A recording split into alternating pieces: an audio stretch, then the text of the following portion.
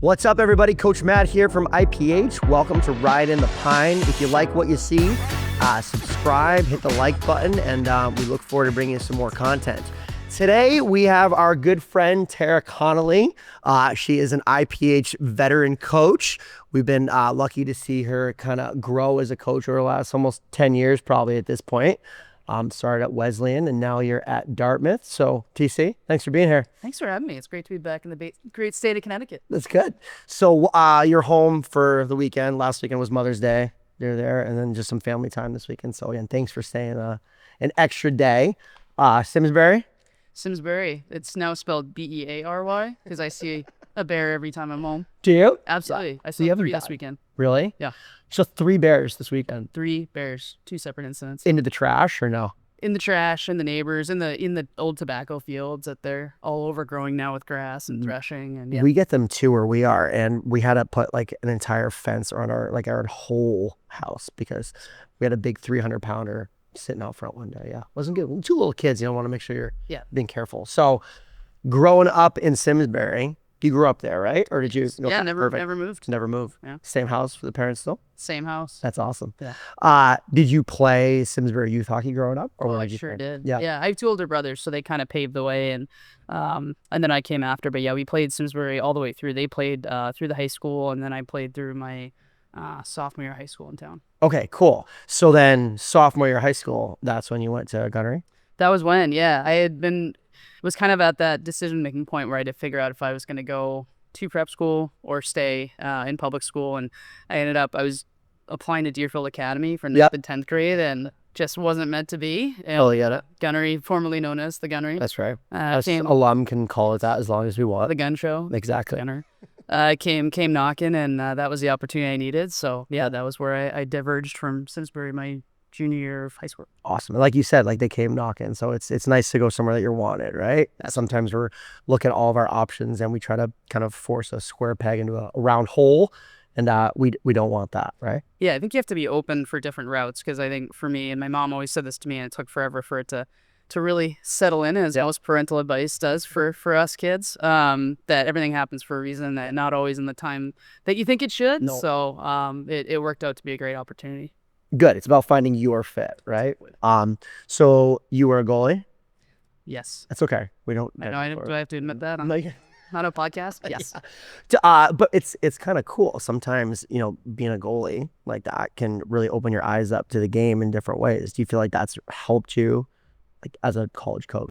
Yeah, I think it has. And it's funny because sometimes there's a goalie curse where you get pegged, like pigeonholed as a goalie coach, and so you have to work for years to get out of that. But there's so many NHL head coaches too, and successful head coaches that have been goalies, and I think you see the game from a really unique position. You're you have to reteach yourself a lot of the details and maybe some of the structure that you get away with, but in terms of a lot of the little, you run the defensive zone, you're a piece of that, you're a big piece of penalty kill, you're on the flip side of power plays and ozone play. So I think you have kind of all those different senses going on, and you can take a step back from the heat of the moment and be able to kind of see it all develop. So you get literally and figuratively a really unique perspective back. Yeah, that's really cool. Do you feel like you're held to a different standard if your goaltender is not performing that day by maybe the head coach, or do you feel like you've got some leniency? It's funny. Years ago during the COVID, I gave a presentation and I titled it "Goalie should basically be the 6th player," because I think a lot of head coaches hesitate to call goalies out if they're not playing well in practice, or we feel like we almost want to treat them like a little bubble wrap special individual. And I actually think you should be treated just like a player. And I think every coach struggles with if a goalie's not having a great night, when do you pull them? Do you get back with them? I don't think that'll ever be an easy question, but especially in practices and things like that, if a goalie's not performing to the same standards as your team, they're part of your culture. So, fitness testing, I think all that stuff, people always wonder if we should treat goalies separately. And I think there does need to be a same standard. It might not always be the same testing, like on ice especially, but you need to find a way to hold them accountable just like everybody else. Yeah, it's hard to have different sets of rules, but the reality is sometimes that is the case, whether it's for a goalie or for a player, right? It's a hard thing, but there sometimes are different rule books for different kids. Kids go through different things too at different times. So sometimes you have to get into the layers to understand why coaches treat certain players certain ways. Yeah, and goalies, like players, you have different attributes and different skills intrinsically based on your size, based on your type. And I think the best coaches can help them develop self-awareness, know who they are, know what their strengths are, how they want to play situations, but then really help them become independent thinkers out there and not just cool. robots. Makes sense. What athletes, right? I would hope so. That's awesome. Tough game to play if you don't have. Yeah, no, right, exactly. Robots don't do so well in this sport. It'd be fluid. So you went to Gunnery, and then off to Bowdoin. Off to Bowdoin. That's right. What was it like playing the NESCAC? It was awesome. Yeah. It was funny because the schedule started when my freshman and sophomore year was the same schedule like the ECAC. We always say the NESCAC schedule doesn't start. You don't start until about December, like just in time to play 2 games and go home for Christmas. And then take the break. Yeah, pretty much. You have to be such a self-starter because you have such a huge chunk of the fall where you're on the ice, as yourself with your team without coaches. But it was fun because we were playing travel partners when I first started. So if you played Williams one night, you would go play Middlebury the next. That's how we play in the ECAC, which was fun. And then my junior, they switched it to you play the same team for a 2-game series on the weekend. Oh, that's interesting. So it was cool because just the competitiveness of the league was amazing. So did you like that better, having the same team? Or it used to be Bowdoin Colby. That was the travel partner back in the day, and that was a brutal road trip. Yeah, it was really tough. I actually did enjoy it because I remember specifically one year we were playing Amherst and I played them on Friday night and I think we lost a close one. And I just remember finishing that game being like, if I play this game again tomorrow, I got them. Like I got them. That's cool. And we were able to beat them on Saturday. That's neat. So it's kind of like really fresh in your mind, right? Yeah, you can make adjustments right there. It's cool from a complete perspective. Yeah. I think it's a great setup. Yeah, it's like a little mini series every weekend, right? Yeah. It's pretty neat. Yeah, exactly. Really cool. So after you graduated, like you're senior and you were a history and education major, is that correct? That is correct. Which, as you said before, very helpful for trivia on Thursdays. Thursday night trivia. What's your favorite trivia topic? That's a really good question. Obviously history is a big one for me. Yeah. Literature, working on the pop culture. Okay. I'm not on TikTok, so it makes it a little harder. It does make it tougher. Social media probably lends to maybe the younger crew for that sort of thing. Yeah, I have to ask our younger staff. It's like, what's trending you do? That's where I asked anybody under 30 and we're usually in good shape there. Yeah, I'm like, what's this hashtag? Do we use the hashtag still? What's happening? Pound sign.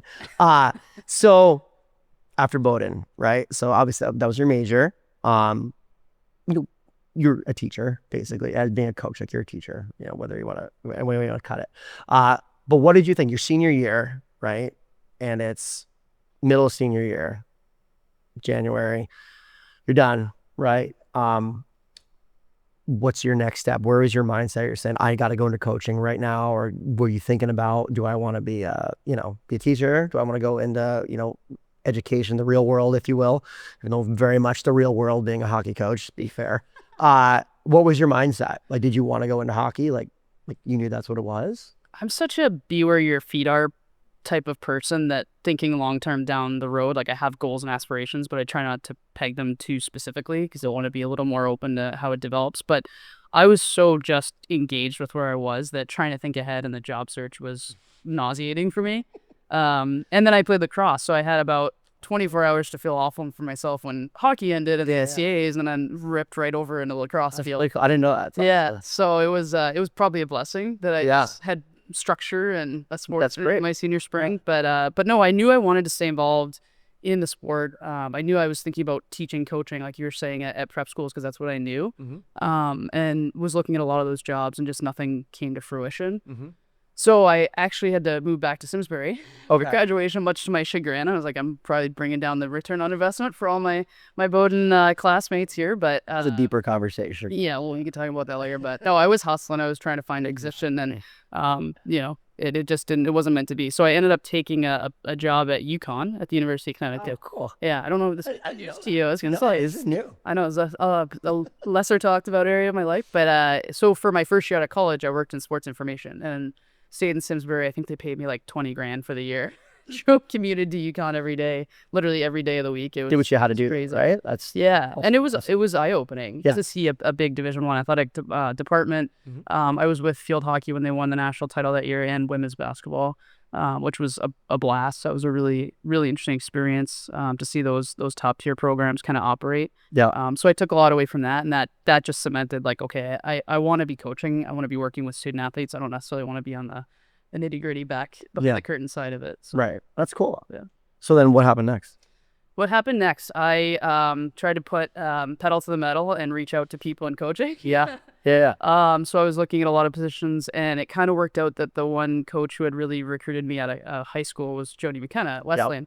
And of course, that's the way that always works. It's all he knows. Yeah. 100%. Especially our world. Exactly. Small world. And so she had a position open, and so I reached out to her, and I was able to do a graduate degree there as well. So great. Yeah, Wesleyan does that, I think, for almost all their assistants, right? It's kind of part of their deal. So you get to play in the NESCAC. Yeah. And I get to coach in the NESCAC, right? Yeah, full circle moment. Really cool. Was there anybody, so that was a year after you 2 years after you graduated? One. Okay. So there were definitely still women playing that you were kind of playing with at the time, coaching against. What was that like?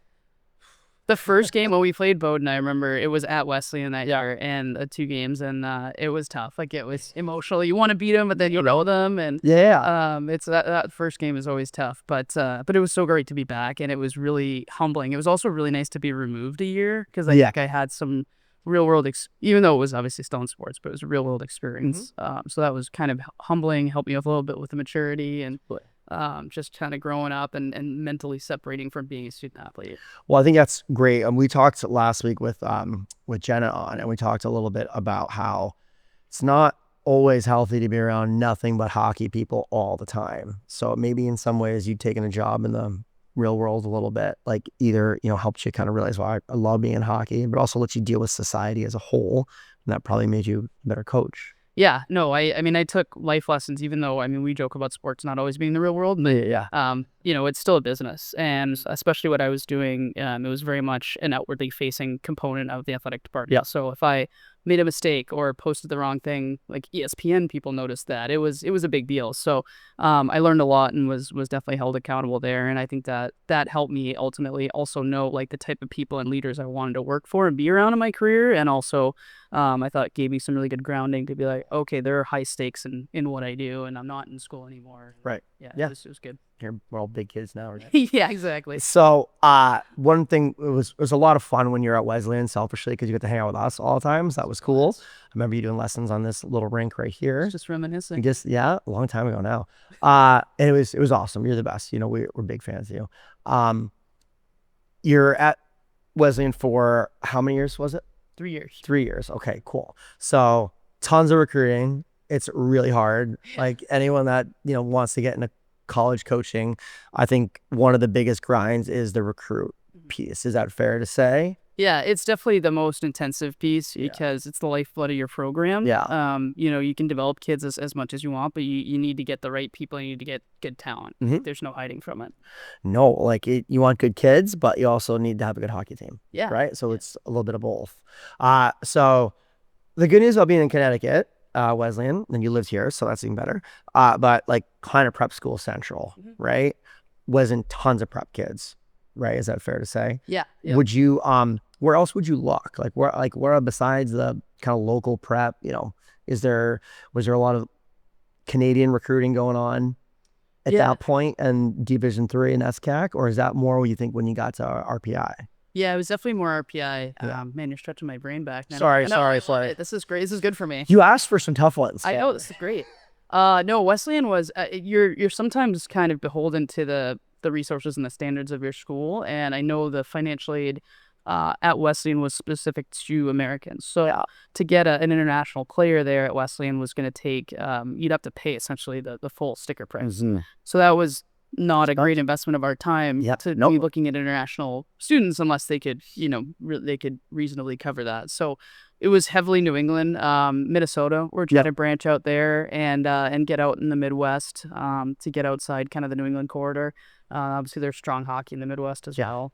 Absolutely. Yeah, so we were trying to really trying to turn over any stone, and I was really well connected or well enough connected at that time in New England just because of growing up here, but was trying to establish a lot of those connections out west, and that was when I went to RPI was where it really opened up because now I was recruiting with scholarships, and I had to branch into an entire part of not just the country but the world that I had never recruited in before, and thankfully I worked for Brian Bynes, who was an amazing mentor for me and pushed me and helped me grow a ton. And I spent that first year, I joke about it like I was running around like a chicken with my head cut off because I didn't, I had to get up to all these parts of Canada that I'd never been to and meet people and, establish connections so that I could see who I could trust and which pipelines might be good for us moving forward.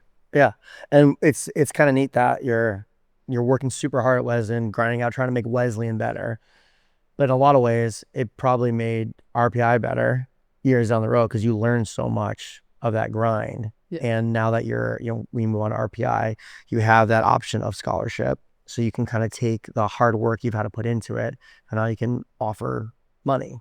One of the, I think, biggest misnomers is people think that, okay, I'm a good hockey player, I'm going to get recruited, they're going to offer me money, I'm going to go. It's way deeper than that. Like you said, there's, band system, all that stuff, right? Yeah. Especially in NSCAC. It's not as straightforward. It's not black and white at all. No. Is that fair to say? 100%. I mean, I think one of the more frustrating things that prep school club coaches, parents, families have with college coaches is that, they feel like they just want definitive yeses and nos from us sometimes. It's very gray. I mean, there's a lot of players that could fill different roles on your team, and sometimes you don't know when that opportunity is going to pop up. I mean, I've seen everything from players decommitting a week before the NIL to 2 weeks before they're supposed to show up to campus for their freshman year. And so your needs are just constantly changing. And then now, obviously, with the transfer portal, which obviously affects the scholarship schools a little bit more than the Ivies. You're not typically seeing people show an Ivy League education, but you just don't know what could happen. And so you kind of are always trying to look for good pieces, good fits. And so that's why sometimes I feel like a lot of parents and a lot of fans are like, just tell us, and I'm like, hey, I'm not going to tell you no, right? Because I'm not sure. Like it could, but you have to make the best decision for you right now. Exactly. It's deep. Like I said, it's deeper. It's not black and white. There's a lot of different moving pieces and components that go into it. Absolutely. That's just from the coaching side. And the kids are going through their own emotional side of, hopefully they have more than one option, but what's your number one, the whole thing. So Coach Vines was great at RPI for you, right? Yeah. Good experience. That's awesome. Yeah. How long were you at RPI for? 7 years. Okay, great. And now you're at Dartmouth. At Dartmouth, yeah. Come full circle again, because when I was in college, I used to work. Remember the elite hockey camps? Yeah. In Norwich? Yeah, I was going to say, you went to State Lakes. With Gormo. Yes, Gormo, yeah. There's been like a legacy of people that have worked these camps. Right, yeah. So when I was in college, I worked those every summer, and so we were at Norwich and Dartmouth for like 3-4 weeks of the summer. And so I loved being at Dartmouth. Awesome. Felt very similar to Bowdoin, and so I was like, when that job came up, I was like, that's a place I'd be happy. Totally. So one of the funny things, I mean, just the nature of our business being in hockey is you always kind of want to move up if possible, right? So it's a big deal. You're going from Wesleyan to RPI Division I, and now you're going from one Division I school to another Division I school. And that's probably hard because you had a really good experience with Coach Vines, right? Yeah. So it's about and you're an amazing person, so you always do things the right way. But you're leaving somewhere where you established a relationship, and now you're going somewhere where you're going to play against them, and that can be a funny thing, right? So you just want that kind of mutual respect, if you will, from both sides. How was that? How was it leaving a place that you liked, and then going to a place that you really like too now? So it works both ways, right? Yeah, it was really hard. Yeah. That whole summer. I mean, still there was players that I've known there for 7 years that I've been. Yeah, because the recruiting was young, and then they stayed for 5 years with COVID, and international players from Czechia that I'd recruited and that put their trust in you and come across the ocean. So it wasn't a decision I took lightly. And yeah, it was hard. And that was the first game we played. ECAC it was Wisdom Mid. Of course. Yeah. Right. But I think to your point, it was just a different experience. I'm a big truster in my gut feel. Truster. I don't know if that's a word. It is now. Feels right. Yeah, trust in the gut feel. And I think when you know it's right to move on and it's a different challenge, totally, that's exciting. So, working in an Ivy League school, a little bit different. Working in a full Division I athletic department, a little bit different. So that was kind of the challenge there, and was the excitement for moving and just different feel. But Yeah. it was hard. But I think at the same point, Dartmouth was cranking when I was a kid. Like I remember it was the school. I mean, we were turning out Olympic gold medalists. I mean, Gretchen Yeah. obviously is down here and still. I mean, I played against her in men's league when she was long retired. I think I was in like 9th, 10th grade or whatever. And I just remember playing against her at ISCC, and I was like, oh, this lady's washed up. What's she going to do? And she shelved like $5 on you. Unbelievable. Oh, she could finish. I mean, yeah. And this was before, obviously, the fancy sticks and carrots things we have now. But she was amazing. So Dartmouth was clicking, and that was the school that everybody wanted to go to growing up. And so I think, that was exciting for me to get back to that level. That's neat. And like all the schools that you've worked at are all schools that I would never get into, and like all really good, like hard to get into, right? NESCAC, RPI, Dartmouth. So like you're recruiting which is kind of interesting. If I'm wrong, like you're kind of recruiting in some ways the same academic kid. Is that fair to say? Yeah. A kid that doesn't go to Dartmouth, might go to Wesley and vice versa. They can kind of get in either one potentially. So what's that like from the recruiting standpoint? I mean, you want hockey players are good hockey players, but then the kid needs to get in, right? At the same point. Do you look, how do I word this the right way? Do you go hockey player first, or are you kind of like edging, okay, how are the academics too? I mean, the hockey player stands out when you watch him, but what's that?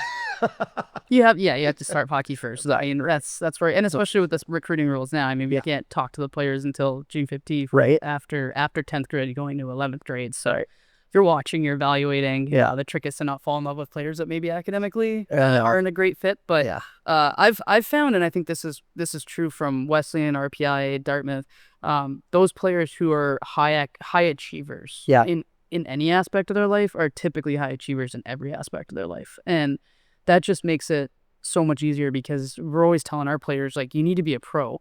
And that means you take ownership, over your development. You're not just showing up for a skill session, hoping like coach covers something that's going to help you today. It's like, show up and ask, advocate for yourself, watch your game film back. To take those steps that show that you are committed, you want to do it, you want to get better, because nobody can do that for you. You can have the best coaches in the world, but if you're only half in, like 1 foot in, you're not going to get better. No. It doesn't matter if they're a great strength coach. If you're not putting in the work, you're not challenging yourself and getting better. 1,000%. It doesn't matter. Right. So that's been a big piece of it. And I find that a lot of like people who have those high drives to be excellent in anything, those characteristics are going to translate. That's great. It shows the culture that you're trying to create at Dartmouth, right? So you've got a fairly new staff there overall, right? What's that been like? Did you go in the same year, or are you a year after our new head coach went in at Dartmouth? Same year. Yeah. Same year. So Coach Maura Kroll, she was at Duluth for I believe 9 years. Okay. So same year came in together. Yeah. That's cool. She came in June or so, I think. She made the move. And then I was hired at the end of July, beginning of August. Okay. She was able to hire me. It was crazy last summer. She was hiring another assistant coach. Okay. Jason Carter stayed on from previous years. We were able to add a 4th coaching position, which is amazing. Yeah.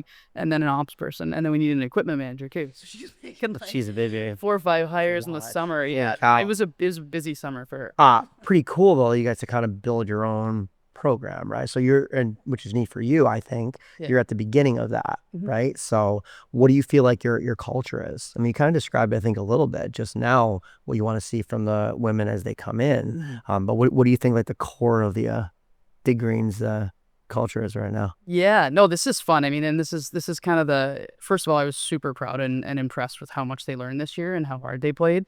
I know the 5 wins probably didn't look impressive to some people, but if you watched like the quality of how we played and how much better we got, it was awesome. Yeah, I mean, you don't beat like St. Lawrence when they're top 10 if you're muddling along, and we almost beat Cornell. We made it to the Frozen Four. We ended up tying them, but our culture is highly competitive. That was evident in practice. Like there was never a day that practice felt flat, and that's pretty impressive for a D1 season. It's a grind, especially at a high academic school like that, because the grind is on both sides. It is, exactly. You can put down your schoolwork and you go in. Sometimes, I mean, I saw it with the engineering kids, especially at RPI. Like, it can be really hard to mentally separate that. But highly competitive, highly like coachable. I mean, they were thirsty to be coached. Like, I mean, you guys have Callie here every day, and it was awesome working with her. You know, I could ask a kid to cut their stick down, and a lot of players get to that level and they're like very protective over certain things, or they dig their heels in, and we had kids that would buy in and were willing to listen to that stuff. So but yeah, I mean, that's where we're going. We're in that, you know, there's great heart in this culture. Obviously they had a tough year before we got there, and I was asking our captain about that, who I had recruited at RPI, so I knew her coming in, which was really cool. but she was like, no, the locker room is great. Like, there's a genuine love for each other in there, and that was kind of what sold me too. It's like, that's a great place to start. And that goes a long way when you have a program that's maybe not wins and loss wise on the right side of things. You know, the minute you lose your locker room, like, it's just gonna get worse. You know, you never want to be you know, on the losing side, obviously, but you can build a culture and a program 2 years down the road from rough years, wins and losses wise, if your locker room was good, right? Yeah, and we're highly competitive. I mean, that's, people take for granted that the league is 12 teams deep and 7 teams are in the top 15. So Really, every night is anybody can win, and you're playing a top 10 team pace. Exactly. So it's pretty sweet that we have that competitiveness already. And we're only going to continue to build from there. Yeah, when the games are always close, like, you're in, you know, essentially every game. It's a 1-goal game either way, right? So now that you're establishing your new program, if you will, lots of changes in college hockey over the past couple of years, right? Yeah, it's been I don't want to say a 180 because that's not fair, but yeah, I was thinking about this the other day, just when I started at RPI 8 years ago to now. It's like, holy cow. Lots. So what do you like? Where do you see it? Like, what's with NIL, all that sort of thing? Where do you see things heading? I mean, the hard part is that hockey is a niche sport, so the footballs and the basketballs really drive everything in the NCAA. But I think that the NCAA is going to eventually move to more of a individual sport governing model. As much as it can, it sounds like, where hopefully, like, we can have more oversight as women's hockey, as men's hockey, over our own sports, so that we don't get kind of decisions made for us by other committees and institutions in the NCAA. So we will see, but obviously it's really opened up in terms of what players can do and receive the NIL stuff with the transfer portal.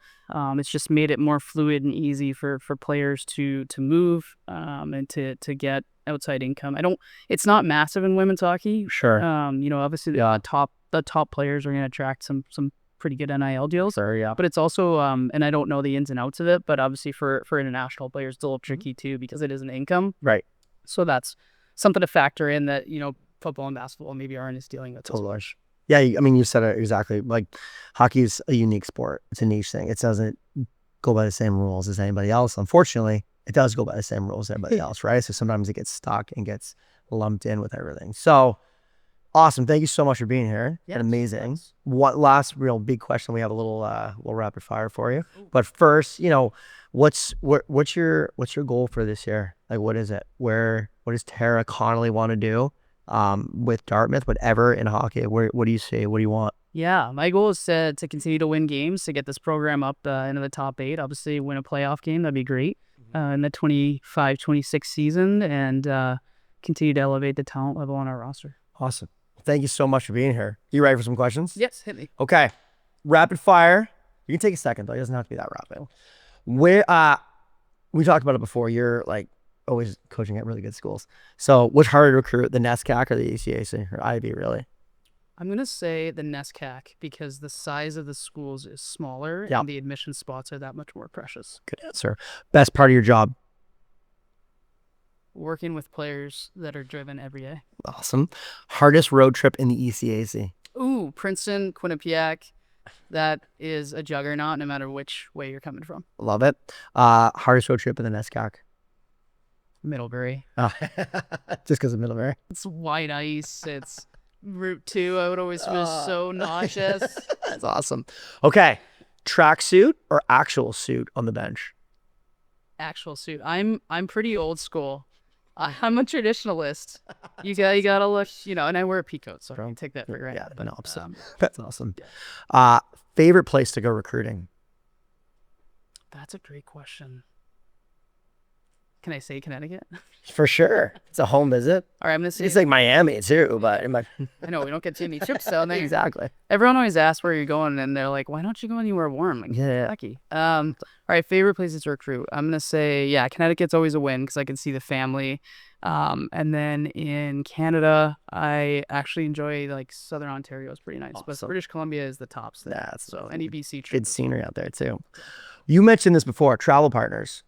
Who is your personal recruiting travel partner? Who you always see out? Like who's, hey, it's so and so. You're there. Who's always there with you? It's Boomer. Ember's from SLU. That guy lives on the road. I'm pretty sure he has a stake in Marriott. I like think just he hit has the roof stock right now. Yeah. options. So you may be Yeah. taking the fun place to recruit at this place because going for free. Yeah, every time if I'm recruiting, I see Boomer everywhere. Awesome. Who's got the best food in Hanover? Ooh, this is a daily topic of discussion in the Mhm. office. Best food in Hanover. Depends what you want. There's Okay. basically every different type of food. Yep. So that is a tricky one, but I'd say probably Pine Restaurant in the Hanover end. Okay. There used to be a restaurant called Everything But Anchovies. Yes, there did. That's where, when not talking about me, but that was our stop when we left St. Mike's. That was where we would stop every road trip and eat. Yeah, And I think Dartmouth had the same thing. they did. That's where they would eat. Yeah, Right? that was there when I was in college, and that was Place was great. it was a good late night It spot. was a good spot. Wow. R.I.P. Yeah. Why does Dartmouth stay in school forever? Why do the kids not come home at a normal time? Because we're busy learning. Perfect. It's a trimester system, which is during a traditional year, it's a trimester, and then there's a sophomore summer, but they're 10-week terms with 2 weeks in between. I've learned this now. Yeah. So yeah, it is a longer one, but it's great because we're not in school from Thanksgiving to basically the Christmas break. So we're playing pro hockey. Cool. With no classes. Yeah. And that's Nice. That's kind of fun. And you kind of already answered this a little bit, but like, what are you most excited about? Getting back to the top of the UCAC, we had an alumni weekend in January, and there were like over 100 alums that came back. It was electric. It was so cool, and they're so passionate, and I know there's some serious high achievers in that group, and they're very excited to see this group get back to the top, and so are we. Awesome. Great. Kara, thanks so much for hanging out with us today. Thanks for tuning in. We'll see you next time on Riding the Pine.